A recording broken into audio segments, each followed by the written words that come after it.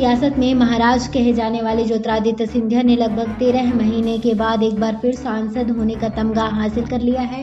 पिछले साल मई में हुए लोकसभा चुनाव में अपनी पारंपरिक सीट गुना शिवपुरी से हार का सामना करने वाले ज्योतिरादित्य सिंधिया अब राज्यसभा के रास्ते संसद पहुंच गए हैं। मार्च में प्रस्तावित राज्यसभा चुनाव से ठीक पहले कांग्रेस छोड़ भाजपा में शामिल हो गए थे सिंधिया। वहीं बता दें आपको कि ज्योतिरादित्य सिंधिया के भाजपा में शामिल होने के साथ ही उनके समर्थक 22 कांग्रेस विधायकों के अचानक से विधानसभा की सदस्यता से इस्तीफा देने और पाला बदलने से प्रदेश में तत्कालीन सत्तारूढ़ कमलनाथ सरकार देखते ही देखते अल्पमत में आ गई थी और फ्लोर पर विश्वास मत का सामना करने से पहले कमलनाथ ने मुख्यमंत्री पद से इस्तीफा दे दिया था।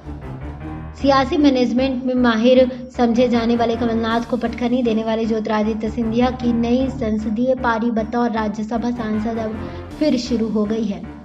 बता दें आपको कि 18 साल बाद हाथ का साथ छोड़ने वाले सिंधिया पहली बार उच्च सदन यानी कि राज्यसभा के सदस्य निर्वाचित हुए हैं। ज्योतिरादित्य सिंधिया के राज्यसभा सांसद चुने जाने के साथ ही उनके समर्थक विधायकों ने उनको मोदी सरकार में मंत्री बनाने की मांग शुरू कर दी। सिंधिया समर्थक पूर्व विधायक रघुराज कंसना ने कहा कि सांसद बनने के बाद अब केंद्र में मंत्री भी बनेंगे।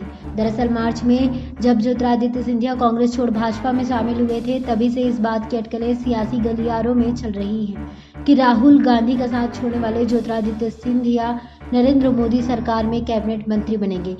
कोरोना संक्रमण के चलते जब मार्च में होने वाले राज्यसभा चुनाव टाल दिए गए और तो सिंधिया के मंत्री बनने का प्रस्ताव भी ठंडे बस्ते में चला गया।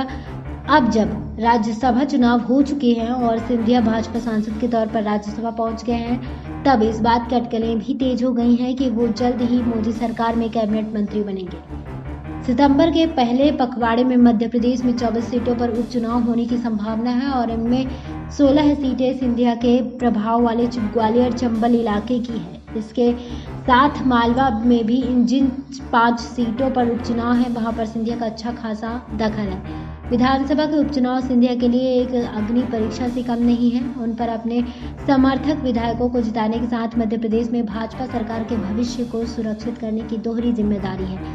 उपचुनाव की तैयारी में जोर शोर से जुटी प्रदेश भाजपा के कई बड़े नेता इस बात के संकेत दे चुके हैं कि पार्टी मुख्यमंत्री शिवराज सिंह चौहान के चेहरे पर ही उपचुनाव लड़ेगी। ऐसे में भाजपा का केंद्रीय नेतृत्व उपचुनाव से पहले ज्योतिरादित्य सिंधिया को मोदी सरकार में कैबिनेट मंत्री बनाकर बतौर स्टार प्रचारक चुनावी मैदान में उतार सकती है। SPN 9 न्यूज रूम से श्रुति की रिपोर्ट।